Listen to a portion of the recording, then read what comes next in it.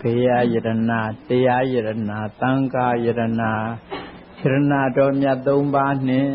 ဆရာသခင်ကျေးဇူးရှင်ဖြစ်တော်မူသောတက္ကမဟာပန္တိတမုဂုတ်ဆရာတော်ဘုရားကြီးဤဉာဏ်တော်အာရီမှန်၍ရှိခိုးပူဇော်ဖူးမြော်မှန်လျော့ကြောရသောပူဇဝန္တပနာမစေရနာတရားပညာဝိရိယတို့ကြောင့်မိမိတို့လိုရှိအပ်တောင့်တအပ်သောမအိုးမသေးအမြဲနေသောနိဗ္ဗာန်သို့၎င်းဒုက္ခခတ်သိမ်းကင်းခြင်းရာဖြစ်သောနိဗ္ဗာန်သို့၎င်း1500ကိလေသာတို့ဤချုပ်ရာငြိမ်းရာသိမ်းရာဖြစ်သောနိဗ္ဗာန်သို့၎င်းမိမိတို့အာထုတ်ဆဲဖြစ်သောဝိပဿနာဉာဏ်သည်လင်းမြန်စွာမဲ့ဉာဏ်သို့ကျေစုပြု၍နိဗ္ဗာန်သို့မျက်မှောက်ပြုလွယ်နိုင်သည်ဖြစ်ကြစေ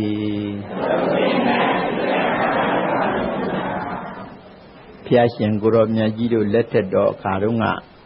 တရားတပွဲပြီးတိုင်းအရိယာတွေများစွာဖြစ်ပေါ်လာကြတယ်ဆိုတဲ့တရားနာနည်းကဒေသနာညာနာနုတာရေနဒေသနာညာကိုအစဉ်လိုက်တဲ့ဖြင့်ညာနာပိတ္တဝမိမိညာကိုဘေးသို့မပြန့်အရှုခံဖြစ်တဲ့ယုံနာခန္ဓာဘောသို့သာဖြန့်ထားသောကြောင့်ညာနုတ္တရဟောတိနိဗ္ဗာန်ကိုမြင်နိုင်တဲ့ညာအဆင့်သို့ရင့်ကျယ်မြင့်တဲ့သွားရလေတော့ဤဟောတဲ့အတိုင်းခန္ဓာက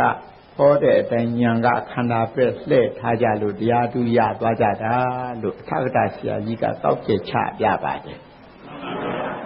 အဲ့ဒါလို့ဆရာတော်ဘုရားကြီးကအဲ့ဒါလို့အထကထာဆရာကြီးကတောက်ကျချသုံးသပ်ပြတဲ့အတိုင်းသုံးသပ်တဲ့စကားကိုထောက်ထားပြီးတော့ဘုန်းကြီးတို့ရဲ့ကျေးဇူးတော်ရှင်အက္ခမပန္တိတမုဂုတ်ဆရာတော်ဘုရားကြီးကလည်းနာကတရားနာဉာဏ်ကတော့ခန္ဓာပဲလှည့်ချလို့ခဏမိန့်ဟာတော်မူခဲ့တယ်မဟုတ်လားအေးအဲ့ဒီအတိုင်းနဲ့ဒါပဲဘုန်းကြီးကလည်းပဲတံသူနာထသာဓုကမ္မနတိကရောထာလို့တံသူနာထအခုဟောမယ်တရားကိုနားဆိုင်ကြကုန်လို့သာဓုကမ္မနတိကရောထာအသက်နှလုံးထဲစွဲပြီးတော့နေအောင်စိတ်ထဲမှာထားကြကုန်လို့အဲ့ဒါလိုထမှန်တတိပေးတိုက်တွန်းနှိုးဆော်ပါတယ်ဒီကနေ့ဘုန်းကြီးကကံ၄မျိုးတရားတော်အကြောင်းကိုဟောမယ်ကံ၄မျိုးကိုဟောမယ်နော်ကံက၄မျိုးရှိပါတယ်နံပါတ်1ကအမဲကံနံပါတ်1ကဟုတ်တယ်နံပါတ်2ကျတော့အဖြူကံနံပါတ်2ကအဖြူကံလို့နံပါတ်3ကျတော့အမဲအဖြူရောတဲ့ကံဘယ်လိုတဲ့တော့နံပါတ်4ကျတော့အမဲအဖြူမရောတဲ့ကံဘယ်လိုတဲ့တော့အဲ့လိုကံက၄မျိုးရှိပါတယ်ပြန်ပြောအောင်မယ်နံပါတ်1ကအမဲကံနံပါတ်2ကအဖြူကံနံပါတ်3ကအမဲအဖြူရောတဲ့ကံနံပါတ်3ကအမဲအဖြူရောတဲ့ကံနံပါတ်4ကျတော့အမဲအဖြူမရောတဲ့ကံလို့၄မျိုးရှိတာပေါ့ကံ၄မျိုးနော်တစ်ခေါက်ပြန်ပြောပါအောင်နံပါတ်1ကအမဲကံနံပါတ်2ကနံပါတ်3ကအမဲအဖြူရောတဲ့ကံနံပါတ်4ကျတော့အမဲအဖြူမရောတဲ့ကံလို့ကံပဲနှမျိုးတော့၄မျိုးရှိပါတယ်မဲညစ်နေတယ်လို့ဖြစ်တယ်သူတယောက်မှာဆိုလို့ရှိရင်ကာယကံဝစီကံမနောကံဒီညစ်သေးနေတယ်ပေးကြံနေတယ်ဆိုရင်ဒီသူကမဲနေတယ်လို့ပေါ့ဟိုးဘုန်းကြီးတို့ကာယကံဝစီကံမနောကံလို့ရှိတယ်မဟုတ်လားဟို5ပါးသီလဆိုရင်နံပါတ်1ပါဏာတိပါဒသူများအသက်ကိုတတ်တယ်ဆိုတော့ခန္ဓာကိုယ်နဲ့ရည်သိရတာပေါ့နော်အဒိနာဒါနသူများပစ္စည်းခိုးတယ်ဆိုတာတော့လေခန္ဓာကိုယ်နဲ့ရည်သိတာမဟုတ်လားကာယကံပဲမဟုတ်လားကာမေတုမိစ္ဆာစာကလည်းခန္ဓာကိုယ်နဲ့ရင်းနှီးတာပဲမဟုတ်လားဟောကာယကံတွေမကောင်းဘူးဒီလူဟာလေကာယကံတွေမကောင်းဘူးတက်တယ်ပါဏာတိပါဒသူများအသက်တတ်တယ်မဟုတ်လားအဒိနာဒါနသူများဥစ္စာကိုခိုးတယ်တက်တာခိုးမှုကာမေတုမိစ္ဆာစာကလည်းပဲကာယကံပဲမဟုတ်လားဒီ3ခုဟာကာယကံ3ပါးတက်တာခိုးမှုကာမေတု3ခုကာယကံဆိုပါဦးတက်တာခိုးမှုကာမေတု သုံးခုကာယကံ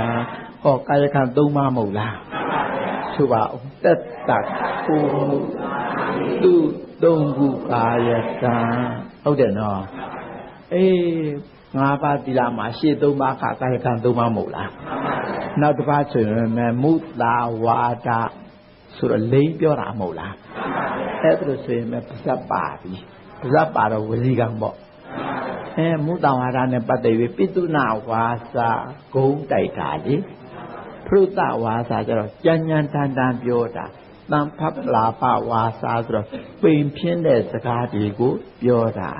အိုးစပါးပိန်စပါးဖြင်းလို့ပါပဲအပြင်ဘက်ကနေကြည့်တော့တာဖောက်မောင်းလေးနေတာအတွင်းလှက်ကြည့်တော့အဆန်ကဒီလိုကျင့်ကြက်နေတာမဟုတ်ဘူးပိန်ဖြင်းနေတဲ့စပါးပိန်စပါးဖြင်းလို့စကားသူစကားကဘာမှအနှစ်သာမပါဘူးအဲ့လိုဟာမျိုးကိုပြောတာပေါ့စပါးပိန်စပါးဖြင်းလို့ဥစ္စာနော်မူသားရဲ့လိန်ပြောတာရဲ့ခုံချောတာရဲ့အပြောကြမ်းတာရဲ့နော်မူသားခုံချောအပြောကြမ်းခြင်းပိန်ဖြင်းစကားဤလေးပါမတ္တဝစီကံဝစီကံကဘယ်နှပါတော့ခုနတော့ကာယကံက3ပါဝစီကံကြတော့4ပါမူသားခုံချောအပြောကြမ်းခြင်းပိန်ဖြင်းစကားဤလေးပါမတ္တဝစီကံဘယ်နှပါတော့4ပါပြန်ဆိုပါဦးမူသားခုံချောအပြောကြမ်းခြင်းပိန်ဖြင်းစကားဤလေးပါမတ္တဝစီကံ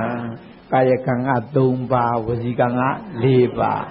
မနောကံဆိုတာအဘိဇ္ဇာပြပါဒမိစ္ဆာဒိဋ္ဌိ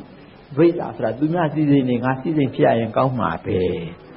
ဒီလိုလေပြပါဒကျတော့သူများအသက်ကိုတတ်ချင်တာလေဒီအောင်တတ်ချင်တာပြီးတော့မိစ္ဆာဒိဋ္ဌိဆိုတော့မှားမှားယွင်းယွင်းအယူတွေဖောက်ဖောက်ပြပြမှောက်မှားတာမဟုတ်လားအဲ့ဒါလိုမနောနဲ့ပတ်သက်တာကျတော့မနောကံက3ပါအဘိဇ္ဇာဆိုတာသူ့စည်းစိမ်ကိုပိုင်လို့ပြပါတာကသူ့အသက်ကိုသိစေလို့မိစ္ဆာဒိဋ္ဌိကထိုးဖောက်ပြအယူမှာ3ပါမနောကံဟုတ်ကဲ့နော်သူ့စည်းစိမ်ကိုပိုင်လို့သူ့အသက်ကိုသိစေလို့ထိုးဖောက်ပြအယူမှာ3ပါမနောကံမနောကံပဲတပါထပ်ဆိုစမ်းမအောင်သူ့စည်းစိမ်ကိုပိုင်လို့သူ့အသက်ကိုသိစေလို့ထိုးဖောက်ပြအယူမှာ3ပါမနောကံကာယကံကဘယ်နှပါသုဝစီကံကဘယ်နှပါ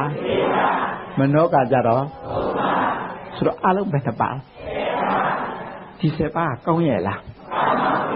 ဒုစရိုက်တရား10ပါးဟုတ်တယ်မကောင်းတာကြတော့ဒုစရိုက်တွေခေါ်တာပေါ့တစ်ခေါက်ပြန်ဆိုဦးမယ်ဟောကာယကံ3ပါးကသူတတ္တခိုးမှုကာမေသူ3ခုကာယကံဟုတ်တယ်မဟုတ်လားအတ္တတထာရဲ့သူများဥစ္စာခိုးတာရဲ့ကာမေသူရဲ့ဆိုတော့3ခုမဟုတ်လားတစ်ခေါက်ဆိုပါအောင်တတ္တခိုးမှုကာမေသူ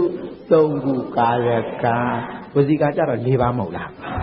ဘယ်သူတဲ့တုံးမူသားခုံချောအပြောကြမ်းခြင်းပိန်ဖြင်းစကားဤ4ပါမှတ်သားဝစီကံတစ်ခေါက်ပေါ့မူသားခုံချောအပြောကြမ်းခြင်းပိန်ဖြင်းစကားဤ4ပါသာဝစီကံဝစီကံ4ပါမဟုတ်လားမနောကံကြတော့3ပါမဟုတ်လားသူစည်းစိမ်ကိုပိုင်လို့သူ့အသက်ကိုသိစေလို့ထိုးဖောက်ပြအယူမှ3ပါမနောကံဆိုပါအောင်တစ်ခေါက်သူ့စည်းစိမ်ကိုပိုင်လို့သူ့အသက်ကိုသိစေလို့ထိုးဖောက်ပြအယူမှ3ပါမနောကံဆိုတော့ကာယကံက3ပါဝစီကံက4ပါမနောကံက3ပါဆိုတော့ဘယ်လောက်တော့အဲ့ဒီ7ပါးကိုဒုစရိုက်တရား7ပါးဒီလိုခေါ်တာနော်ကောင်းရဲ့လားအဲ့ဒီ7ပါးလို့လူတယောက်မှာအဲ့ဒါလိုပဲကာယကံတွေကလည်းမကောင်းဘူးဝစီကံတွေကလည်းမကောင်းဘူးမနောကံတွေကလည်းမကောင်းဘူးဆိုရင်သူလှုပ်သမျှတရားမဟုတ်တာတည်းကြီးပဲဆိုတော့ညစ်ထေးနေတာပဲမဟုတ်လား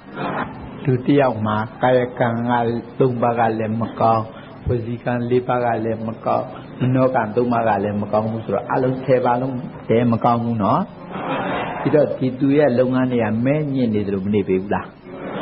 ပြီးတော့သူလုပ်တဲ့ကံတွေကမဲညစ်တဲ့ကံတွေပေါ့အမဲကံတွေပေါ့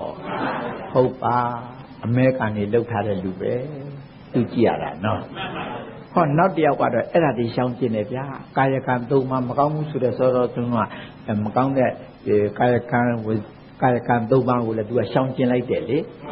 မကောင်းတဲ့ဝစီကံ၄ပါးလည်းရှောင်ကျင်တယ်မကောင်းတဲ့မနောကံ၃ပါးလည်းရှောင်ကျင်တယ်ဆိုတော့အကောင်းတွေဖြစ်တာပေါ့ကာယကံ၃ပါးကလည်းအကောင်းဝစီကံ၄ပါးကလည်းအကောင်းမနောကံ၃ပါးကလည်းအကောင်းအဲ့ဒါလည်း10ပါးမဟုတ်လားအဲ့ဒါကြတော့သူ့ဇယိုက်တရား10ပါးဒါတဲ့တော့တာတချောင်းနဲ့သူခုနကတော့မကောင်းတဲ့အခါကျတော့ဒုဇယိုက်တရား10ပါးဓာတ်တွေတချောင်းနဲ့ဒုလေမကောင်းတဲ့10ပါးကဒုဇယိုက်တရား10ပါးအဲ့ဒါတွေရှောင်ကျင်လိုက်တော့ကြောင်းပြန်ဖြစ်တော့ကောင်းသွားတာပေါ့ဒီကြတော့သူ့ဇယိုက်တရား10ပါးအဲ့တော့လူကောင်းသူကောင်းပဲသူလုပ်သမျှလည်းကောင်းတယ်သူပြောသမျှလည်းကောင်းတယ်သူကြံစီတွေးခေါ်တဲ့ဥစ္စာလေးလည်းကောင်းတယ်ဆိုတော့အဖြူတွေဖြစ်တယ်မဟုတ်လားဒီတော့သူကအဖြူကံပေါ့အမဲကံအဖြူကံဟုတ်ကဲ့နော်အဲ့ဒါလို့နောက်တစ်ခုကျတော့အမဲအဖြူရောတဲ့ကံဘယ်လိုအမဲအဖြူတွေရောပြီးတော့နေတဲ့ကံဟုတ်ကဲ့နော်ခုနတုန်းကကာယကံ၃ပါးဝစီကံ၄ပါးမနောကံ၃ပါးထဲမှာကောင်းတာဒီရောမကောင်းတာဒီရောမွေးနှောက်နေတယ်ခုနတုန်းကတော့မကောင်းတာတတ္တကောင်းတာတတ္တပြောခဲ့တယ်နော်အခုတော့မဟုတ်ဘူးကောင်းတာတွေလည်းတချို့ပါရဲ့မကောင်းတာတွေလည်းတချို့ပါတယ်ဆိုတော့အမဲတွေလည်းပါရဲ့အဖြူတွေလည်းပါတယ်ဆိုတော့အမဲအဖြူရောတဲ့ကံဒီသူကအဲ့လိုဖြစ်တာပေါ့ဩဒီသူကအဲ့လိုလုပ်တာကိုနောက်တစ်ခါကျတော့နံပါတ်၄ကတော့အမဲအဖြူမရောတဲ့ကံအမဲလည်းမပါဘူးအဖြူလည်းမပါဘူးနော်ဆန်းတယ်နံပါတ်1ကအမဲကံနံပါတ်2ကအဖြူနံပါတ်3ကအမဲအဖြူရောတဲ့ကံနံပါတ်4ကအမဲအဖြူမရောတဲ့ကံဒီလိုမဟုတ်လားအဲ့ဒီထဲမှာလူပြောက်ကအမဲတွေကြီးတဲ့လောက်တာတွေများနေတယ်ဆိုတော့ तू ကအမဲကံတွေလောက်တာပေါ့အမဲကံတွေလောက်ထားမိပြီဆိုရင် तू နဲ့လိုက်ခဲ့တဲ့ तू ရနိုင်တဲ့ဥစ္စာကတော့အပယ်၄ပါးပေါ့အပယ်၄ပါးကငရဲတရစ္ဆာန်ပြိတ္တာအတူတူကဲအဲ့ဒီထဲကတစ်ခုခုဖြစ်ဖို့ပဲပေါ့ငရဲတရစ္ဆာန်ပြိတ္တာအတူတူကဲဘုန်းကြီးတို့စာလာပြီလားအရာငရဲဆိုတာဒီကဘာမြေကြီးရဲ့အောက်ထဲမှာအလွန်ဝေးပါတဲ့နေရာမှာကျယ်ဝန်းတဲ့နေရာဌာနကြီးတစ်ခုပေါ့စတုကံတော်စတုဓာရောဝိပတ်တော်ပါကတော်မီတော်၄တောင်ကြာကြီးတဲ့အပေါက်က၄ပေါက်ဟုတ်ကဲ့နော်အောက်ကလည်းတန်ဒီခင်းထားတာဘေးကလည်းတန်ဒီကားထားတယ်အပေါ်ကလည်းတန်ဒီမိုးထားတယ်တဲ့အဲ့ဒီထဲမှာမီးတွေကရဲပြီးတော့နေတော့ချက်ချက်တောက်ပူမှာပေါ့အဲ့ဒါလိုနေရာဌာနကြီးကိုငရဲဟုတ်ကဲ့နော်အိုးဒုက္ခတွေရောက်ပြီဆိုလို့ရှိရင်မသက်သာပါဘူးဟုတ်ကဲ့နော်အဲ့ဒါမျိုးကိုငရဲမှာဒီတစ်ခုတည်းမဟုတ်ဘူးငရဲကြီးက8ဓာတ်ငရဲငယ်120ဒီလိုပြောတယ်မဟုတ်လား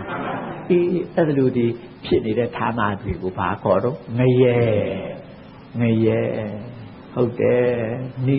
ရနိအယချမ်းသာဒုက္ခဘာမှမရှိတဲ့ဥစ္စာကိုနိရနိရဲကနရဲကငရဲလို့ခေါ်တာပေါ့အဲ့ဒါလိုဟာပါလေအဲ့ဒါလိုဘုံကြီးကိုရောက်နိုင်လောက်အောင်သူအကုသိုလ်တွေများရင်အဲ့ဒီရောက်မယ်ပေါ့နော်နောက်တစ်ခုကဘာတော့တတိဆာဆိုတာတိရာဣသာနာတိရာဖီလာကလာကြီးဣသာနာသွားတတ်တဲ့သရွာတွေဆိုတော့ခွေးတွေဝက်တွေကြက်တွေငှက်တွေကြောင်တွေကြားတွေနွားတွေဖားတွေငါတွေအဲ့ဒါလိုကလာကြီးသွားတာမဟုတ်လားမိုးကိုကြောပေးပြီးတော့ကလာကြီးသွားတတ်တဲ့သရွာဟူသမျှတိရာဣသာနာဖီလာကလာသွားတတ်တဲ့သရွာတွေပေါ့တိရာဣသာနာတိရစ္ဆာနာနော်အဲ့ဒါကိုနတ်ငယ်အတတ်တက်လိုက်တော့တိရစ္ဆာဘယ်လိုတော့တိရစ္ဆာအခုမြင်နေရတာပဲဘုန်းကြီးတို့တွေခွေးတွေဝက်တွေကြောင်နေကြတယ်ငါးတွေဖားတယ်နွားတွေအကုန်မြင်နေရတယ်မဟုတ်လားသူတို့တွေကဘာတွေတော့တိရစ္ဆာဘုံတိကြရလို့မရှိပါဘူးလူတွေနဲ့ရောရက်ပဲမဟုတ်လား ခွေးတွေကြောင်တွေဒီကောင်းတွေလူတွေနဲ့ရောနေတာပဲနော်ကြာကြီးတွေကသာကျန်းလို့ရမ်းလို့မလို့တခြားထားတာမဟုတ်လားဟိုအဲ့ဒါလိုပါကျွဲတွေနွားတွေဆိုရင်ခိုင်းဖို့လူကမွေးထားတယ်မဟုတ်လား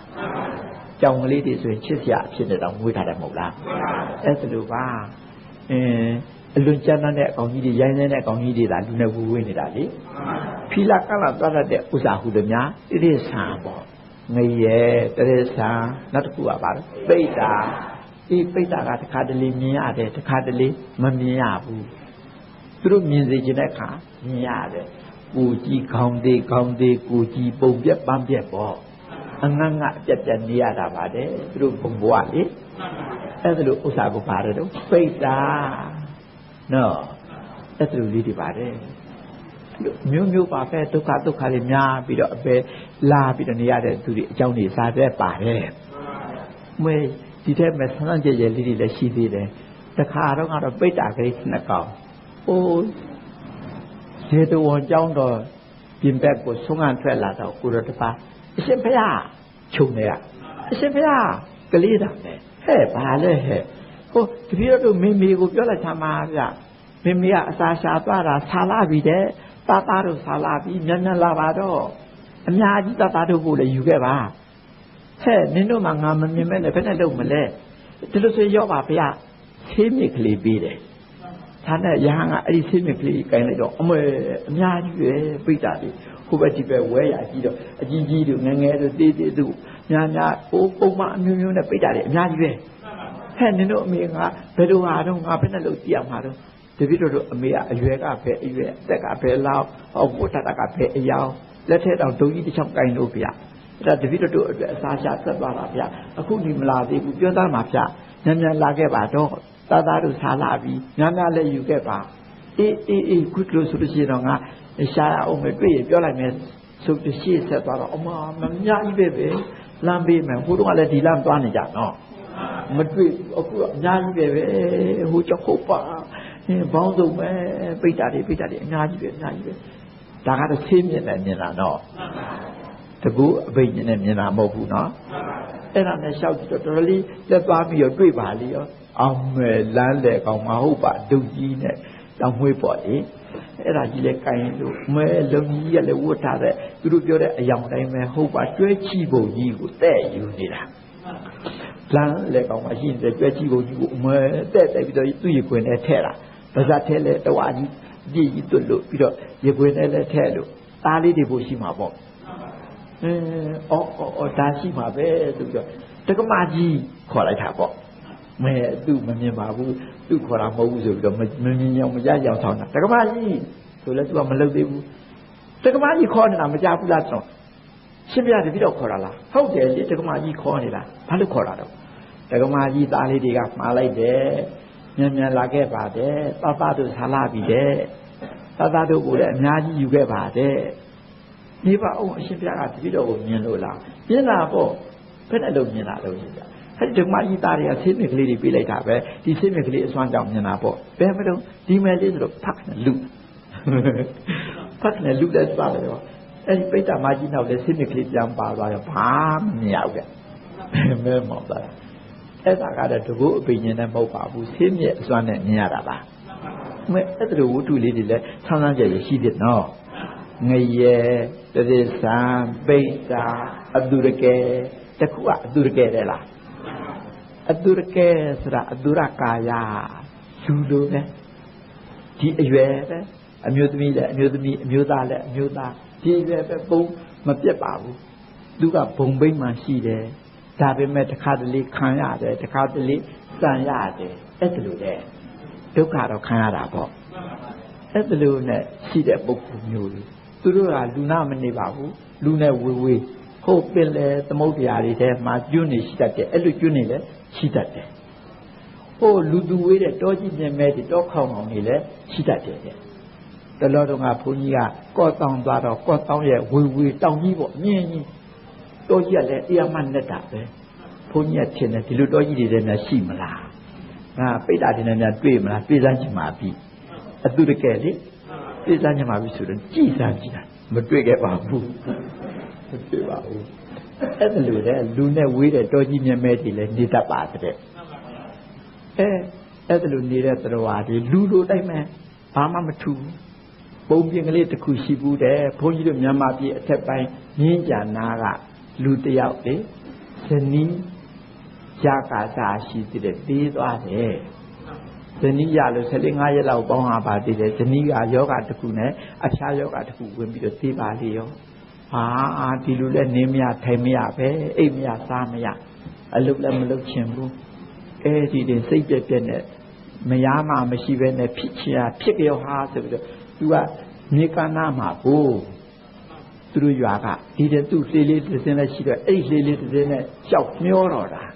စားစရာလေးတောက်စရာလေးအနေပါလှေပေါ်တင်းလာပြီးတော့ရောက်ချင်ရရောက်ဘယ်သွားမှာဘယ်ရလို့မဟုတ်ဘူးရောက်ချင်ရရောက်ပဲအဲ့ဒါလိုနဲ့မျောရေစည်းတိုင်လိုက်နေတခါတလေကမ်းသွားတင်တဲ့အခါထိုးရတဲ့ထိုးခွာပြီးတော့ရေလဲကောင်းမျောကျင်လောက်မျောဒီလိုသွားတာဘာမှရည်ရွယ်ချက်မရှိဘူးအိမ်နေမရလို့သွားတာပဲအဲ့ဒါလိုနဲ့တရွေ့နဲ့အပေါ်ကနေစုံလာလိုက်တာအောက်ရောက်တပြေးပြေးရန်ကုန်ရောက်လည်းမနာဘူးရန်ကုန်ကနေရေကြောတိုင်းဆက်မျောဟာဆိုပြီးသွားလိုက်တာရန်ကုန်ကနေအောက်လျှောက်တရွေ့ရောက်တာပင်လေတဲ့ရောက်တာပေါ့ရောက်ပါစီကွာဆိုပြီးပင်လေတဲ့လေဒီတိုင်းသွားလိုက်တဲ့ဥစ္စာခြေလေးသွားချင်တယ်လို့သွားပါစီရေစည်းတဲ့လျှောက်မျောကန်းကောင်းထောင်မှဝဲဒီဆိုင်နေနဲ့လည်းမတွေ့ဘူးလေအဲ့ဒါလိုနဲ့ရက်တွေတော်များတော့ရေလေကောင်ကကျွန်းတစ်ခုရောက်သွားတော့တာမဲရောက်သွားတာလည်းညနေဆောင်လေးခြေလေးကလည်းလေတိုက်တဲ့အတိုင်းဒိန်းလေးနဲ့ကျွန်းလေးကိုသွားကတ်တော့ကဲကပ်ပါစီဒီကျွန်းကတော့လူနဲ့လည်းဝေးတဲ့ကျွန်းငါကလည်းလူတွေနဲ့မနေချင်ဘူးလောက်ပူရပင်ရလားကဲဒီကျွန်းကတော့လူလည်းမရှိဘူးနဲ့တူတယ်ကြည့်ရတာရေလဲဆိုတော့ဘယ်သူနေလိမ့်မလဲအဲ့ဒါလိုကျွန်းနဲ့ငါနေတော့မယ်ကဲလှေလေးသူ့ဘာလို့သူမျောပါစီဆိုပြီးနေရာကဒေလေးကတရွေ့နဲ့ကန်းရောက်သွားတာပေါ့သူလည်းတိုက်ကြသွားပြီးတော့ခြေလေးကရောက်တော့အမောဖြစ်ဦးမလေးတို့အောင်းမိကရှိသေးတယ်ခိုးကလာနေတာအမျိုးသမီးတယောက်ပဲဒီလာနေတာပဲဟုတ်ပါဒီလာနေတာအောင်မဲဒုက္ခမလဲပဲအိုးလေးတစ်လုံးတောက်ရည်အိုးလေးတစ်လုံးပိုက်လို့ပဲရေခတ်လာတာပေါ့ဒီပေါ်လည်းရှိတာကိုသူရှိတယ်ကဲသူဘယ်ကလာတာလဲဗါလဲမေးစမ်းကြည့်ရအောင်မယ်ဒီလိုအောင်းမင်းတွေတို့တရွေ့နီးလာတာမင်းကိုဟုတ်ပါတယ်ကျမပါမင်းဘယ်လိုရောက်နေတာဘာမင်းဒီကိုပဲကျမနဲ့တွေ့ပေါ့ပဲဥစားမင်းဟုတ်ကဲ့လားဟုတ်ပါတယ်ရှင်ကျမမမှတ်မိဘူးမှတ်မိတယ်အဲ့ဒါမင်းဆန်းကျယ်နေတော့မလို့မဆန်းပါနဲ့ကျမဒီမှာနေတာမင်းဘယ်လိုမင်းမနေသားမှာနဲ့လာကျမနဲ့မင်းပြီးဒီဘာလို့လာတာတော့ဒီမလေးဥပါလာပဲတောက်ရီခတ်မလို့လာတာကြီးဟုတ်ပြီဆိုပြီးတော့သူရှိမှာပဲတောက်ရီခတ်ပြီးတော့ကဲလာသွားကြဆိုကျမတို့အိမ်ဘယ်မှာတော့မင်းတို့အိမ်ရှိပါတယ်လာပါကျမနဲ့တွေ့တော့ပဲဘာတွေလျှောက်တွေ့နေအောင်မလို့အဲ့ဒါနဲ့သူဇနီးနော်ဟိုတုန်းကအရွယ်ဟိုတုန်းကအသက်ဟိုတုန်းကအနေထားဟိုတုန်းကဝတ်တဲ့အိုးအစားပဲဘယ်လိုမှမသိဘူးအဲ့ဒါနဲ့သူကနောက်ကလိုက်သွားတယ်ဇနီးလုပ်တဲ့သူကရှေ့ကသွားအောင်မဲလေးရှေ့သွားလိုက်ပြီးတော့ရွာကြီးပဲရွာကြီးမှာတကယ်ခန်းနာအိမ်ကြီးခိုင်နေနေပဲတစီယိုကြီးနဲ့ရမကြီးမှာဖြူးလို့ကျဲကြီးပဲအောင်မစနစ်တကျဆောက်ထားတာအဲ့ဒါနဲ့သွားလိုက်တော့သူကရှေ့ကသွားတဲ့တိုင်နောက်ကလိုက်တော့ရှင်းသားလေးလည်းသွားလိုက်ရောဘေးကွေ့တယ်လမ်းလေးလည်းကွေ့လိုက်ပြောဒါကျမအိမ်ပေါ့မဲသူ့အိမ်လေးကလည်းမဆိုးဘူးအိမ်အလတ်စားလေးပဲလာရှင်ကဒီနေရာထိုင်ကျမကရှင်းဖို့ပြီးချက်လိုက်အောင်မယ်ဆိုစားတော့အခုစားဖို့သူလာယူချသူကစားတော့လေအကောက်နာတယ်ခိုင်းအစားစားလေးပဲချက်လိုက်အောင်မယ်လေးဆိုပြီးမိဖို့တဲ့သွားချက်လိုက်ပါပြီးတော့စကားပြောလိုက်မိဖို့တဲ့သွားချက်လိုက်ဘယ်လိုပါလိမ့်မလဲကွာငါစနီးတော့ငါစနီးပဲစားရတာဒီလေအကောက်အတူတူပဲဒါပေမဲ့ဒီရောက်နေတယ်သူဘယ်လိုလုပ်ရောက်ပါလိမ့်မလဲရှင်တွေးနေတဲ့နဲ့တူတယ်ကွာငါတွေးမတွေးနဲ့လေးကျမနဲ့တွေးနေပေါ့ပဲဘာလျှောက်တွေးရမှာတော့ပြောတာနေတော့ဆိုလေပြောနေတဲ့ဆိုပြီးတော့အခုတွေးကြလေးထောက်ပြီးတော့သူတွေးတာလေးစားတော့အဲ့ဒါလိုနဲ့ချက်ပြုတ်ပြီးလို့ကြက်တဲ့ဆိုသူကလာချတွေ့ငွေ1000နဲ့စားလို့ကောင်းတာပဲစကားတွေလျှောက်ပြောဟိုပြောဒီပြောဖောက်ဖွဲ့ပြောတာပြောလို့မကုန်နိုင်ဘူးပေါ့ပြောင်းနေတာဇနီးလေးတေးသွားတဲ့ဥစ္စာတွေတော့မှမေ့တယ်လိုက်ကျမတွေ့နေပေါ့ပဲသူစဉ်းစားမရဘူးတေးတာလည်းတေးတာအမှန်ပဲ သူကိုယ်တိုင်ကြိုလိုက်ရတာပဲဒါပေမဲ့ခုသတိတွေ့နေကြပြီနော်ဘယ်နဲ့မှလည်းမသိဘူးအဲ့ဒါလို့နဲ့တညာလုံးစကားတွေပြောမကိုအောင်ပြောပြီးတော့နေတာတော့မနဲ့မိုးလင်းတော့မှစောစောစီစီချက်ဆက်ရှိတာချက်ပြုတ်တိုးနဲ့စကားလေးပါလေးပြောပြီးတော့ပါလာအောင်ပြိုးအချိန်ကြပြီလူကြီးတယောက်ကကြွားလေကောင်ကဟောကြားလာကြားတယ်အဲ့ဒီကိုကျမသွားလိုက်အောင်မယ်နော်ဟာဒီမှာရှင်စားဖို့အခုစားဖို့ကဒီဥစ္စာဟောနေ့လည်းစားဖို့ကဒီစပွဲပေါ်မှာအုပ်ဆောင်လေးနဲ့အုပ်ခဲ့မယ်ဆိုတော့ဒီနေ့လောက်တဲ့သူကပြင်းဆင်ပြီးတော့ပြောပါသွားကြလေရုပ်နဲ့တရွာလုံးပုံလုံးရွာလေကောင်လမ်းမကနေပြီးတော့ထွက်သွားကြတာဘယ်သွားကြမှာလို့ဩမသိကြမှာနဲ့ဆိုတာနဲ့နေလိုက်တယ်အဲ့ဒါလိုနဲ့အိုးနဲ့ထွက်သွားပါလေရောညနေကြတော့မှပြန်ရောက်လာကြတယ်အဲ့ဒီတော့လည်းပဲကြီးမောပဲပြောဆူရှင်းတယောက်တည်းပြင်းနေသလားပြင်းတာပေါ့ကွာမပြင်းနဲ့တော့အမရောက်လာပြီအေးဝါမင်းရောက်လာပြီဆိုရင်မပြင်းဘူးသူကချက်ရှိတာချက်ပြုတ်ပြီးတော့ငွေတစ်ထောင်နဲ့ခုခတ်ပြီးတော့လေအကောင့်သားပဲစကားဒီလျှောက်ပြီးတော့ဖောင်ဖွက်ပြောလို့မကုန်နိုင်ဘူးပြောတာပဲဒီကြတော့လေဟိုမေ့တောင်လာခဲ့ပြီဟိုစောစောတုန်းကအဖြစ်ပြတယ်အကုန်လုံးမေ့ပြလိုက်တယ်အဲ့ဒါလို့နဲ့တညအလုံးစကားတွေပြောပြီးတော့နောက်တစ်နေ့ကျတော့အချိန်ကြပြီပြိုးသွားကြရအောင်ဟောကြားရလားကြားပါလေဒီအဲ့ဒီကိုသွားလိုက်ဦးမယ်ဘယ်သွားကြမှာလဲဟောရှင်မသိကြမှာနဲ့ဆိုလို့စားကြတောက်ကြလေးတွေထားခဲ့တာပဲဒီလိုပဲဖြည့်ဆက်မသိပါဘူးအဲ့ဒါလို့ညနေကြတော့လည်းပြန်လာတာပဲကြီးမောနဲ့ဘာလို့ကြတာမှလည်းမသိဘူးမေးလို့လည်းမရဘူးအဲ့လိုနဲ့ပြန်လာချက်ပြုတ်ကျွေးစားတောင်းနေနောက်တနေ့ကျဒီတိုင်းမှမနဲ့ဆိုရင်လူကြီးတယောက်ကနှိုးဆော်ပြီးတော့ခေါ်သွားတာသူလည်းပါသွားတာပဲမေးတော့လည်းမရဘူးဒီတော့2ရက်3ရက်လည်းမေးမရတော့ဒီတခါကြည့်ရင်တော့ငါလိုက်ကိုချောင်းကြည့်အောင်မယ်နောက်တစ်ခါကျတော့သူတို့စုသွားတဲ့ဥစ္စာနောက်ကနေပြီးတော့ခလန်းလန်းကလိုက်တော့တော်တော်လေးသွားမိရောရွပြင်ပဲခဝေးလေးရောက်ပြီးတော့လူကြီးတွေတမျိုးဖြစ်လာတယ်ပုံစံကြီးတွေတမျိုးဖြစ်လာပြီးတော့လက်သက်ခြေသက်ကြီးတွေရှည်လာတယ်လေရှည်လာပြီးတော့လက်သက်ခြေသက်အရှိကြီးတွေနဲ့တယောက်တွန်းထိုးလှဲပြီးတော့လက်သက်ကြီးတွေထိုးခွာစားကြတာတွေ့ရတန်ရဲနဲ့ပြတ်ထဲမလေးဟဲ့ဘယ်လိုပါလိမ့်မလဲဒီထဲငါဇနီးလည်းပါတာပဲအထိုးလည်းခါရတယ်ပဲငါဇနီးလည်းပုံပန်းကြီးတစ်မျိုးဖြစ်သွားတယ်တွေ့ရတန်ရဲလက်သက်ရှိကြီးတွေနဲ့ဘယ်လိုများပါလိမ့်မလဲဟဲ့ကြည့်ရတာစိတ်မကောင်းတာနဲ့သူကနောက်ပြန်လာခဲ့တယ်ပြန်လာပြီးတော့သူ့အိမ်ရောက်တဲ့အခါကျတော့နေနေပဲနေတယ်အမေညနေကျတော့လာပြီအုပ်နဲ့အလုတ်သမားတွေပြန်လာကြသလိုပေါ့ရီလို့မောလို့နောက်လို့ပြောင်းလို့ကိုအိတ်ကိုဝင်ပြီးပြန်ချက်ကြပြုတ်ကြစားကြတောက်ကြမယ်ဟောမနဲ့တုန်းကငါမြင်ခဲ့တုန်းကငါဇနီးကိုယ်တိုင်ပဲတွေ့ရဲတန်ရဲလက်သက်ရှိကြီးတွေနဲ့အခုကျတော့လေအကောင့်ပဲပုံမှန်မပြတ်ပါဘူးလှတယ်ဟောဘာများပါလေမမေးမသိစေချင်တဲ့ဥစ္စာမမေးပါဘူးလေနောက်တနေ့ကျတော့လူကြီးကနှိုးစော်တယ်သွားကြရအောင်ပြိုးသွားကုန်ကြတာပဲကဲဒီကနေ့လည်းလိုက်ကြည့်အောင်မယ်ဆိုပြီးတော့သူတို့သွားပြီးနောက်ပိုင်းလေးကျမှနောက်ကလိုက်ချောင်းတော်တော်လေးဝေးတော့မနေ့တုန်းကလိုပါပဲရုပ်ပုံကြီးပြောင်းလာတယ်ပုံကြမ်းတော်တော်လက်သက်ရှိခြေသက်ရှိကြီးတွေဖြစ်ပြီးတွန်းထိုးလဲပြီးတော့တယောက်ထိုးခွဲစားကြတာပေါ့ဟာဘယ်လိုပါလိမ့်မလဲ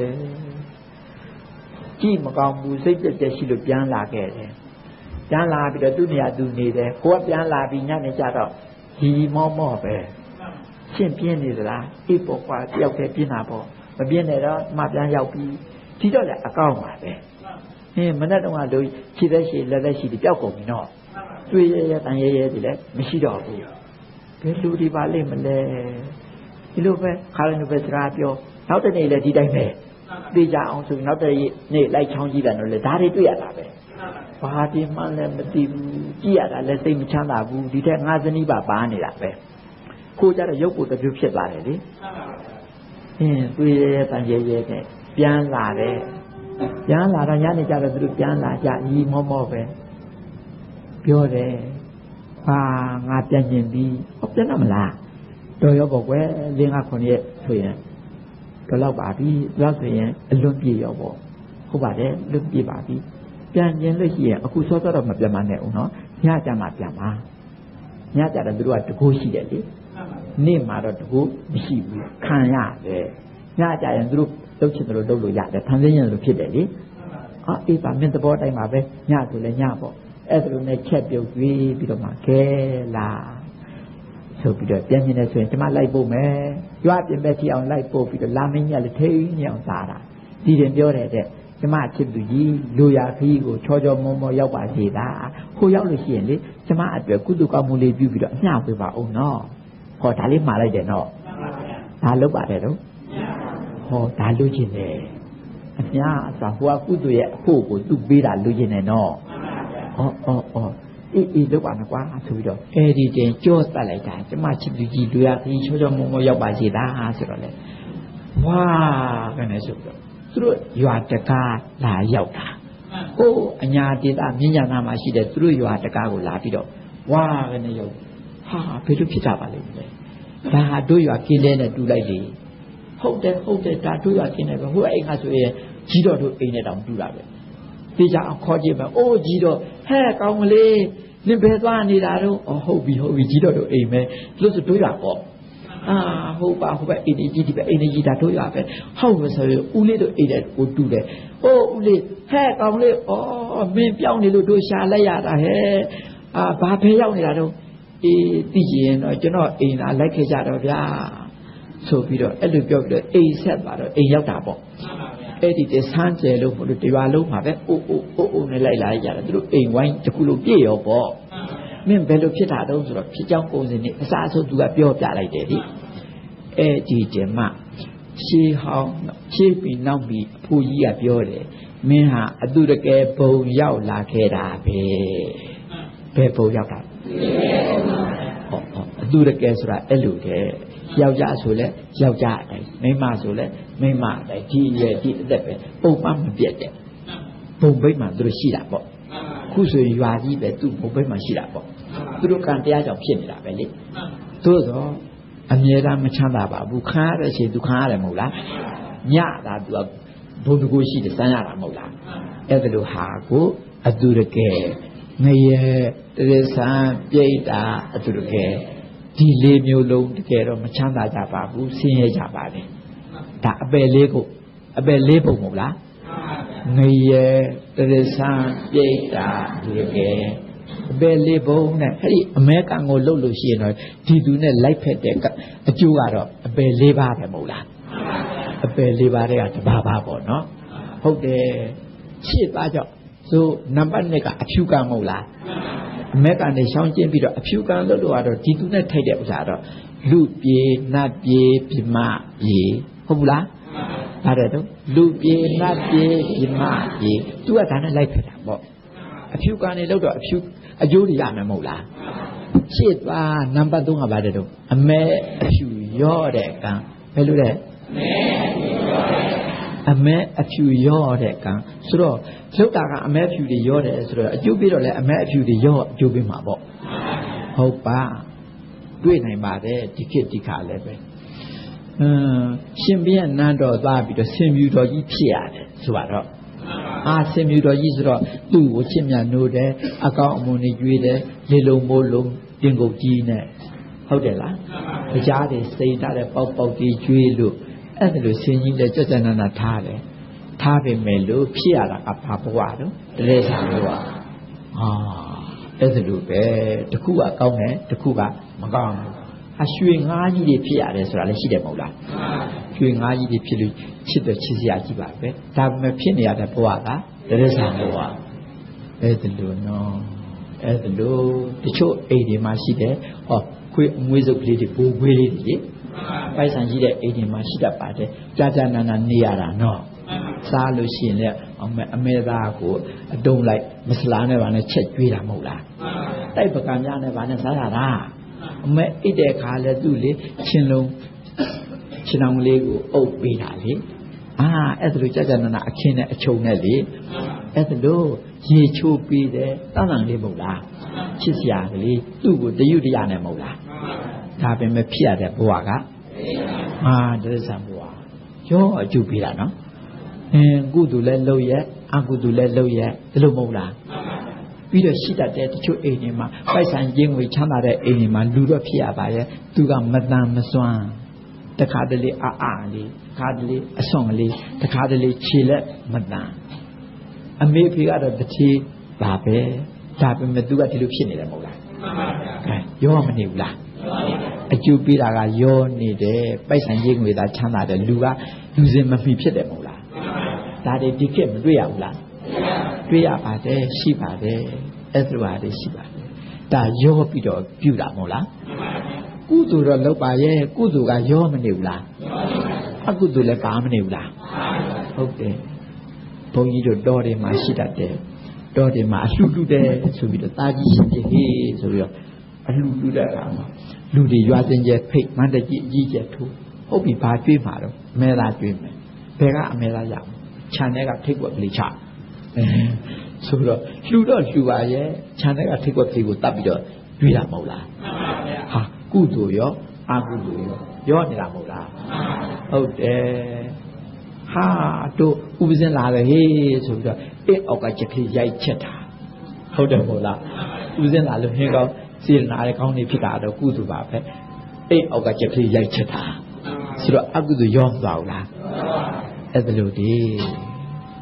ဘုန်းကြီးတို့ဒီမှာလည်းပဲရန်ကုန်ဆိုရင်တော့လွယ်တော့လွယ်ပါတယ်အဲ့လိုမဟုတ်လို့ရှိရင်တော့အလှတစ်ခုလုပ်ပြီးဆိုဒီအလှကိုအကြောင်းပြုပြီးတော့တတ်တာအဲ့လိုဆိုရင်ကုသိုလ်ရောအကုသိုလ်ရောဟုတ်ကဲ့လားဒီမှာကတော့မြို့ဆိုတော့လွယ်တာပေါ့မြို့ဆိုတော့ဈေးသွားလိုက်တယ်ဆိုရင်သူကသူဒီကိုအကြောင်းပြုတာမဟုတ်ဘူးသူကသူလောက်ထားတာမဟုတ်လားအဲ့ဒါလိုအသက်ဖြစ်တဲ့အသားကိုဝယ်လာကြရတော့မှန်တကူဟုတ်ကဲ့နော်ဒီအလှကိုအကြောင်းပြုတာမဟုတ်ဘူးနော်သူကသူလုံမြဲပဲလောက်ထားတာနော်အဲ့ဒါဆိုရင်တော့ဒီလှနဲ့ဆိုင်ပါဘူးဆိုင်ဘူးဒီအလှအတွက်လုပ်ပေးပါပိုးပြီးတော့လုပ်ပေးပါဆိုရင်တော့ဒါနဲ့ဆိုင်ပါပြီပေါ့အဲ့လိုလုပ်ရင်တော့ရောသွားလိမ့်မယ်နော်အမဲအဖြူရောတဲ့ကံအကျိုးပေးရင်လည်းအမဲအဖြူရောပြီးတော့အကျိုးပေးမယ်ဒီလိုတင်မှာပေါ့ဟုတ်တယ်အမဲကံအဖြူကံအမဲအဖြူရောတဲ့ကံနောက်တစ်ခုကအမဲအဖြူမရောတဲ့ကံအမဲအဖြူမရောတဲ့ကံကိုလုပ်လို့ရှိရင်အကျိုးပေးတော့လည်းအမဲအဖြူမရောတာပဲရမှာပေါ့ဘာလဲဆိုရင်မက်ကံနော်မက်ကဘုန်းကြီးတို့2မျိုးရှိတယ်လေ5ပါးမက်10ပါးမက်ပြောတယ်မဟုတ်လား5ပါးမက်ကလောကီမဟုတ်လား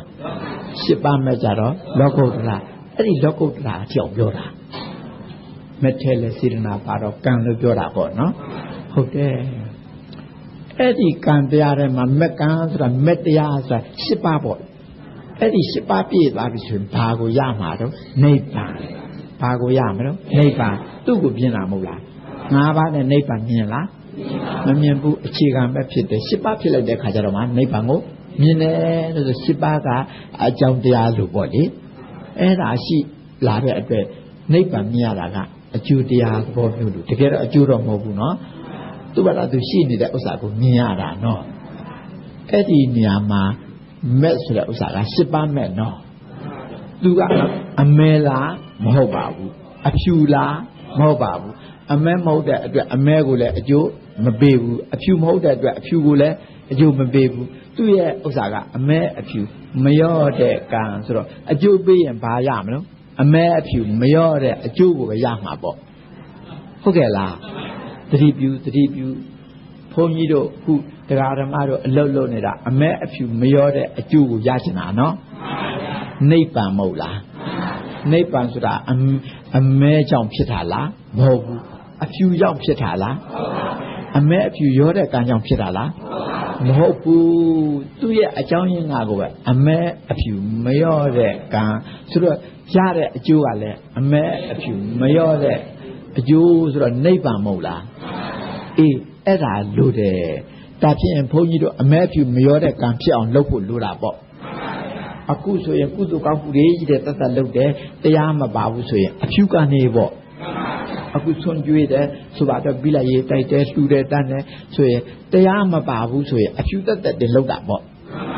ဘာကံတော့အဖြူကံအကျိုးပေးရင်လူပုံနတ်ပုံပြမပုံကောင်းတာတွေကြီးအကျိုးပေးတာပေါ့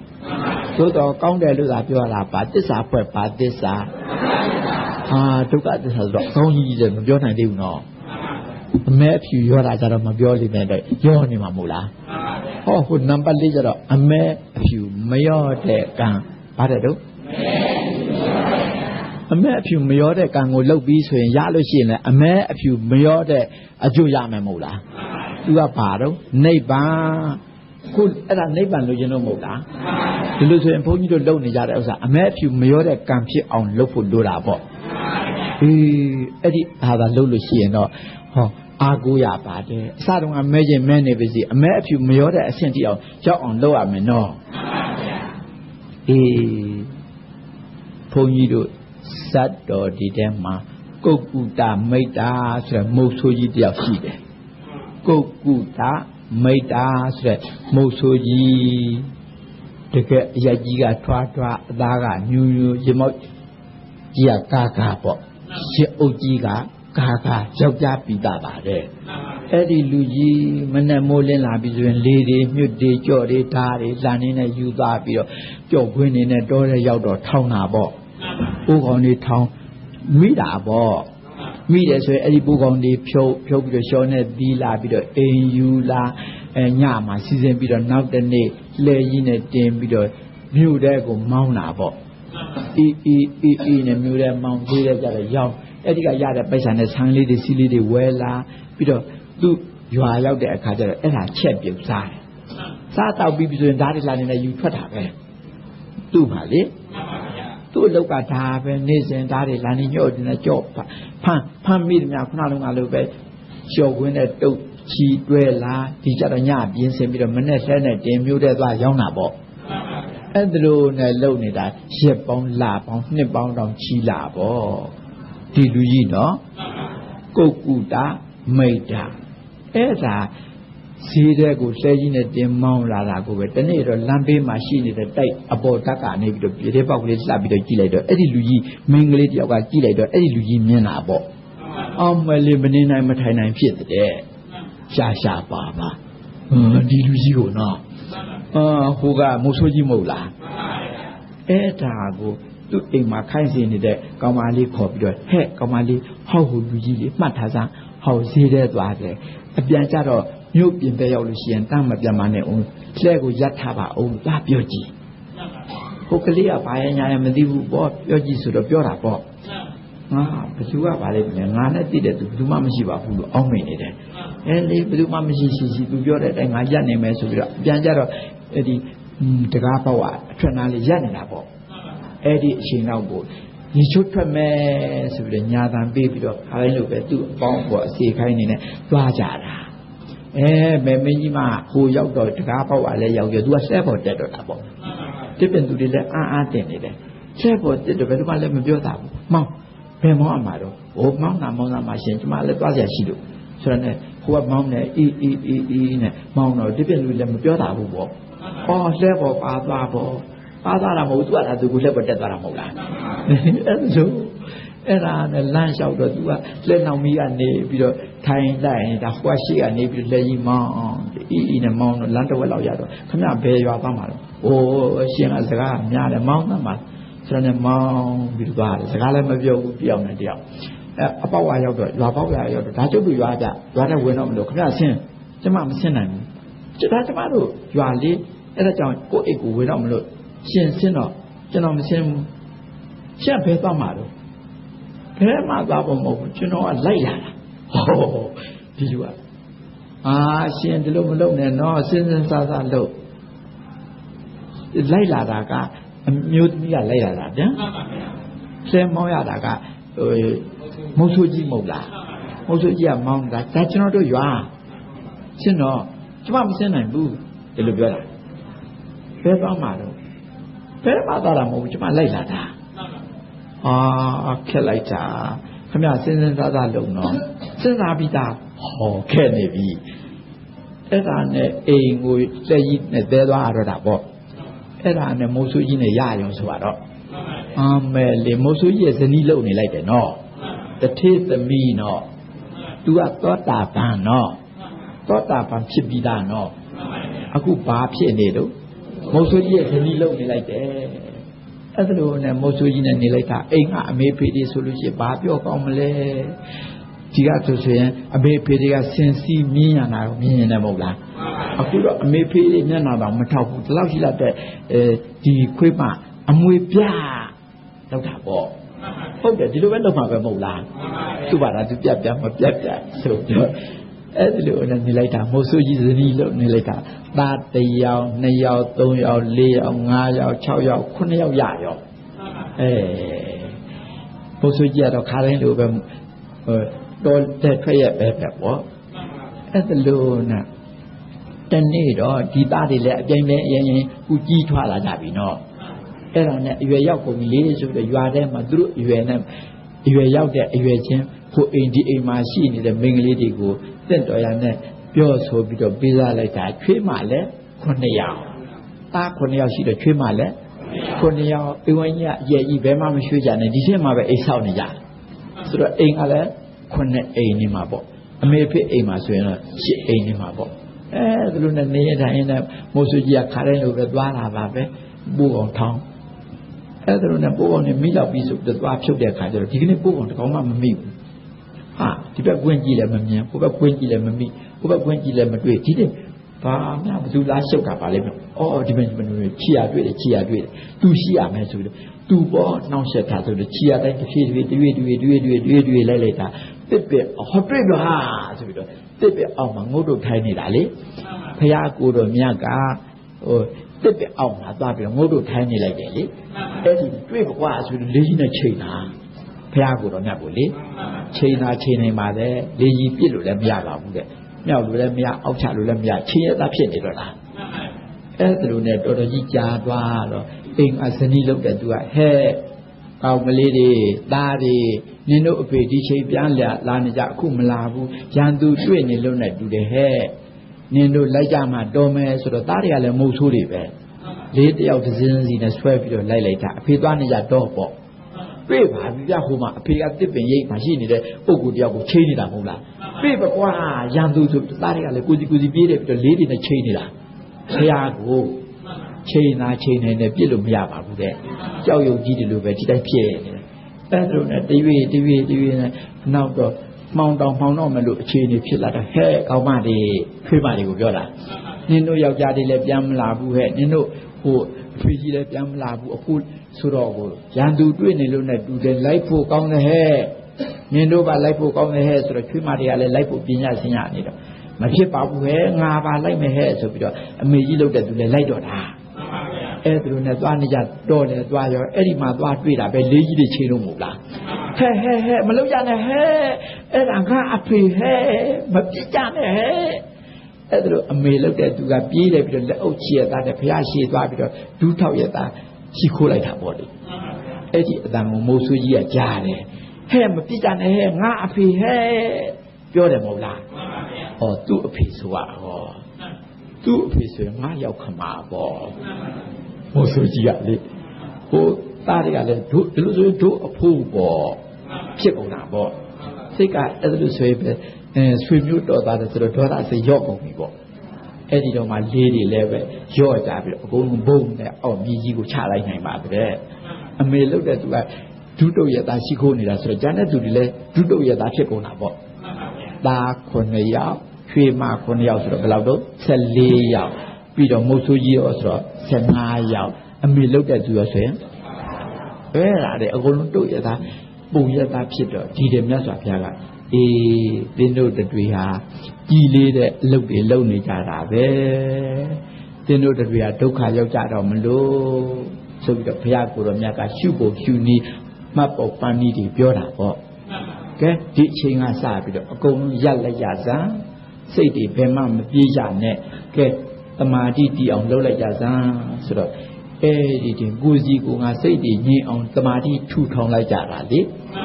တမာတိထူထောင်နေဆိုရင်ဉာဏ်ရောက်မလာဘူးလားအဲ့ဒီဉာဏ်နဲ့ကြည့်လိုက်ကြစမ်းဆိုပြီးတော့ကိုယ်ခန္ဓာကိုယ်အသီးသီးကြည့်လိုက်တော့ဖြစ်ပျက်တွေမြင်လာတာပေါ့ဆက်ကြည့်တော့ဖြစ်ပျက်တွေမုန်းတာပေါ့ကြာကိုဆက်ကြည့်လိုက်တော့ဖြစ်ပျက်တွေဖြတ်နဲ့ဆုံးပုံကြတာပေါ့ဖြစ်ပျက်အဆုံးကိုမြင်ရတယ်ဆိုရင်သူတို့တွေဘာဖြစ်ကုန်နော်ဟာတောတာပါတွေဖြစ်ကုန်တာတပြိုင်နဲ့လွတ်လို့ပဲနော်သား9ယောက်ချွေးမ9ယောက်14ယောက်လားမိုးဆိုးကြီးရဆိုတော့15ယောက်ဟိုအမေကတော့စောစောတော့ကလည်းတောတာပါဖြစ်ပြီးသားဆိုတော့နောက်ထပ်15ယောက်မဟုတ်လားမရှိမနှောက်မဲ့တပြိုင်နဲ့လွတ်လို့ပဲအကုန်လုံးတောတာပါနေဖြစ်ကုန်တယ်မဟုတ်လားအဲ့ဒီတည်းမှာဘုရားကိုယ်တော်မြတ်ကရည်မှန်းချက်ကဒါအတွက်မဟုတ်လားလာတာ အဲ့ဒီမှာဆိုလို့ရှိရင်သူတို့တွေအကုသိုလ်တွေအစောတုန်းကများနေတဲ့လူတွေမဟုတ်လားဘာကံတွေလောက်တာတော့အဲ့ဒီအမဲကံတွေယူဆိုင်နောက်ဆုံးကြတော့အမဲအဖြူမရော့တဲ့ကံဗါတဲ့ဘာကံတော့မက်ကံမက်ကင်10 ပါးဖြစ်ဖို့ကလည်း5 ပါးကယဉ်တည်ရတာမဟုတ်လား5 ပါးနဲ့ဒီရင်နဲ့နောက်တွန်းကြတော့10 ပါးဒီကြတော့အမဲအဖြူမရော့တဲ့ကံသူရတဲ့အကျိုးကဘာတော့နိဗ္ဗာန်အဲ့ဒီမှာနော်ဘာဒီပဲလုတ်ခဲ့အမဲအဖြူမရော့တဲ့ကံဖြစ်အောင်လုပ်ရမှာမဟုတ်လားဟာအကုန်လုံးတတ်တာဘာတွေဖြစ်မကုန်လားအဲ့ဒါလိုပါအမေလုတ်တဲ့သူကတော့စောစောတုန်းကတိုင်းသောတာပန်အဲ့ဒီမှာတတိပြုအမေသောတာပန်မို့လို့သောတာပန်ကမွေးတဲ့သားတွေသောတာပန်လားမဟုတ်ဘူးဘုဒ္ဓဇင်မယ်နော်အမေတယောက်သားလည်းသောတာပန်အမေနဲ့ရလို့မုံဆွေးကြီးရောသောတာပန်ဖြစ်သွားသလားဆိုတော့မဖြစ်ဘူးအခုကကြမှာဖြစ်တာဟုတ်ကဲ့နော်အဲ့ဒါလိုဒီလိုပါတယ်ဒီအိမ်သူလုတ်တဲ့တထေသမီးကလည်းဒီမိုးဆွေးကြီးမှာရှာပါယူရသလားလို့ပြစ်တင်ကောင်းတင်းနေမယ်မဟုတ်လားမဲမတင်လိုက်ပါနဲ့သူတို့တွေဟာဟိုလွန်ခဲ့တဲ့ကတ္တပဘုရားလက်ထက်သာသနာနောက်ပိုင်းမှာဇေဒီကြီးတစ်ခုတည်ဘူးတဲ့အဲ့ဒီဇေဒီကြီးတည်ပြီးတော့ခောပကအဖွဲ့ဖွဲ့ပြီးတော့ဥက္ကဋ္ဌရွေးကြတယ်ဥက္ကဋ္ဌရွေးတဲ့အခါမှာပိုက်ဆံအများဆုံးထည့်နေတဲ့သူဥက္ကဋ္ဌဖြစ်ရပါတယ်ဒီလိုဆိုရင်တောကလူကဥက္ကဋ္ဌဖြစ်နေတာဒီလိုဆိုရင်ကျွန်တော်တကယ်ထည့်မယ်ဗျာဟေးတောကလူအများဆုံးထည့်တယ်ဟေးအဲ့ဒီလူဥက္ကဋ္ဌဘယ်ရောက်ပိုင်းလက်ခုပ်တီးတာပေါ့မြို့ကတတိယအောင်မယ်တကယ်လောင်းများတယ်သူကများတယ်ထင်နေတာကျွန်တော်က2 ကတိထည့်တယ်ဗျဟောမြို့ကလူဖြစ်သွားပြီဟေးဘယ်လက်ခုပ်တီးရတာလဲသူက2 ကတိထည့်ကျွန်တော်က3 ကတိဗျဟာတောကလူဖြစ်သွားမယ်ဟေးသူက3 ကတိဆိုကျုပ်က4 ကတိဗျအကျုပ်5 ကတိ6 ကတိ9 ကတိ10 ကတိနဲ့လောက်ကြတာတဲ့အဲ့ဒီတော့ကတတိယ10 ကတိတော့ရှိပါရဲ့အကုန်ခက်လည်းတော့မဖြစ်သေးဘူးစားဖို့တောက်ဖို့ခြံအောင်မယ်ဆိုပြီးဟောခုကျုပ်10 ကတိထည့်တယ်10 ကတိအပြင်ကျွန်တော်ရောကျွန်တော်မယားရောကျွန်တော်သား9 ယောက်ရောကျွန်တော်ဖေးမ9 ယောက်ရောဟာဒီဖျားကြုံခံတယ်ဗျာကဲတက်ခဲ့ကြအောင်ဘယ်သူမှမလာတော့ဘူးနော်သူများလို့ပိုက်ဆံနဲ့မဟုတ်ဘူးနော်သူကဖျားရဲ့ပြုစုတဲ့ကြုံခံမှာဖျားဝေယဝဆလုပ်မယ်တန်ရှင်းရေးလုပ်မယ်ဒီလိုတော့အဲ့ဒီယောက်ျားတယောက်ရဲ့မိန်းမရဲ့သူ့သား9 ယောက်ရဲ့ဖေးမ9 ယောက်ရဲ့အကုန်လုံးဖျားကြုံခံပလိုက်တာမဟုတ်လားကဲတက်ခဲ့အောင်ဆိုတော့ဘယ်သူမှမတက်ဘူးအဲ့ဒါလိုနဲ့ဖျားဝေယဝဆပြုစုပြီးတော့ကုသိုလ်ကောင်းမှုတွေလုပ်ရင်းသားနဲ့ဒီပုဂ္ဂိုလ်တွေအသက်အရွယ်ရောက်ပြီးသေးကုန်တော့အကုန်လုံးနှက်ပြေးသွားကြတာဟုတ်ကဲ့နော်ဒီမိသားစုအားလုံးနှက်ပြေးပါဒီဖျားလက်ထက်ကြမှာဟောမုတ်ဆွေးကြီးကလည်းလူပြေရောက်လာတယ်နော်ဟောပြီးတော့သူနဲ့လိုက်ဖက်တဲ့ဟိုတုန်းကဇနီးကလည်းဟောတထေးအိမ်သွားပြီးတော့ပဋိသန္ဓေကိန်းပြီးတော့သူကလည်းတထေးသမီးဖြစ်လာတာအဲ့ဒါကြောင့်တွေ့ချင်းမုတ်ဆွေးကြီးပြင်မယ်လို့ဟောမနေနိုင်အောင်ဖြစ်တယ်ဆိုတာအဲ့ဒါပဲနောက်တော့အဲ့ဒီတော့ရောက်တဲ့အခါကျတော့သားတွေ1 ယောက်2 ယောက်3 ယောက်4 ယောက်5 ယောက်6 9 ယောက်ဆိုတဲ့လူတွေအဲ့နတ်ကြီးကစုတည်ပြီးတော့သူတို့ဝင်ရောက်တာတဲ့ဟိုတုန်းကသားတွေပဲနော်ချွေးမာတွေဆိုတာလေဟိုတုန်းကချွေးမာတွေပဲဒီပါမှာပဋိသန္ဓေကိန်းပြီးတော့ဟိုနတ်ပြည်ကစုတည်ပြီးတော့ဒီပါကိန်းလို့အသက်အရွယ်ရောက်လာပြီးတော့အခုချွေးမာပြန်ဖြစ်တာတဲ့ဒါပြန်သားကလည်းဒီသားတွေပဲချွေးမာကလည်းဒီချွေးမာတွေပဲဒီအမေဒီအဖေပဲမဟုတ်လားဟိုတုန်းကလည်းဒီလိုပါပဲတဲ့အဲ့ဒါလို့တူတယောက်ဒီတိုင်းထားလိုက်လို့ရှိရင်ဒုက္ခရောက်ပုံမှာဆိုလို့ခုချွေးမာဖြစ်တဲ့သူကဖျားနဲ့တွေ့တော့သောတာပန်ဖြစ်တာမဟုတ်လားကဲဖို့ရအဖြစ်သူကစားပြီးတော့မိုးဆူးကြီးကဲတာမဟုတ်လားအေးအဲ့ဒီကနေပြီးတော့ဒီသားတွေလည်းသောတာပန်ဖြစ်ချွေးမာတွေလည်းသောတာပန်ဖြစ်အဲ့ဒါလိုပါတယ်နော်ဟိုတုန်းကလည်းဆွေတွေမျိုးတွေအခုလည်းဆွေတွေမျိုးတွေပြန်ပြီးတော့ဖြစ်တာပဲမဟုတ်လားအဲ့ဒါလိုဖြစ်တယ်ဆိုတာဘာကံဖြစ်အောင်လုပ်တာတော့အမဲအဖြူမရောတဲ့ကံဘာကံနဲ့အဲ့ဒါလိုပို့လို့ဒီရတာမဟုတ်လားဟုတ်တယ်ဘုန်းကြီးတို့တရားဓမ္မလေးတဲ့အဲ့ဒီကံဖြစ်ဖို့အရေးကြီးတာပေါ့နော်အမဲကံလည်းလောက်ခဲ့မိမယ်အဖြူကံလည်းလောက်ခဲ့မိမှာပေါ့အမဲအဖြူရောတဲ့ကံတွေကမလောက်ခဲ့မိပြီဘူးလားလောက်ခဲ့မိပါပဲကဲဟိုတုန်းကမသိလို့လောက်ခဲ့မိတာလောက်ခဲ့ပါစေတော့အခုအချိန်မှာဘာဖြစ်အောင်လုပ်ရမလို့အမဲအဖြူမရောတဲ့ကံဒီကံဖြစ်အောင်လုပ်ဖို့လိုတယ်မဟုတ်လားအေးဒီကံဖြစ်ပြီဆိုရင်တော့စိတ်ချရပါပြီနော်အ အမဲဖြူမရောတဲ့ကံဆိုတာမက်ကံမဟုတ်လားမက်ကံကမက်ကင်9ပါးမက်ကင်10ပါး9ပါးကတော့အခုကိုရနေပါပြီရတဲ့လူတွေတော်တော်များများရှိနေပါပြီအဲ့ဒီမှာ10ပါးမက်ကင်ဖြစ်ဖို့လိုတာပေါ့10ပါးမက်ကင်ဆိုရင်ဒီအမဲဖြူမရောတဲ့ကံဖြစ်ပြီပေါ့အဲ့ဒါဖြစ်ဖို့အရေးကြီးတယ်နော်အဲ့ဒါသာဖြစ်အောင်လုပ်လို့ရှိရင်ရှေ့ကဘာတွေပဲလုပ်ခဲ့နောက်ဆုံးအမဲဖြူမရောတဲ့ကံသာဖြစ်လို့ရှိရင်တော့အေးရပြီမဟုတ်လားအေးအဲ့ဒါကြောင့်မို့လို့ကိုစီကိုငါအဲ့ဒီကံ၄မျိုးရှိသည်တွေနောက်ဆုံးဖြစ်တဲ့အမဲဖြူမရောတဲ့ကံဖြစ်အောင်ကြိုးစားကြပါလို့တိုက်တွန်းရင်းအချိန်စေ့တဲ့အတွက်တော်ကြအောင်စို့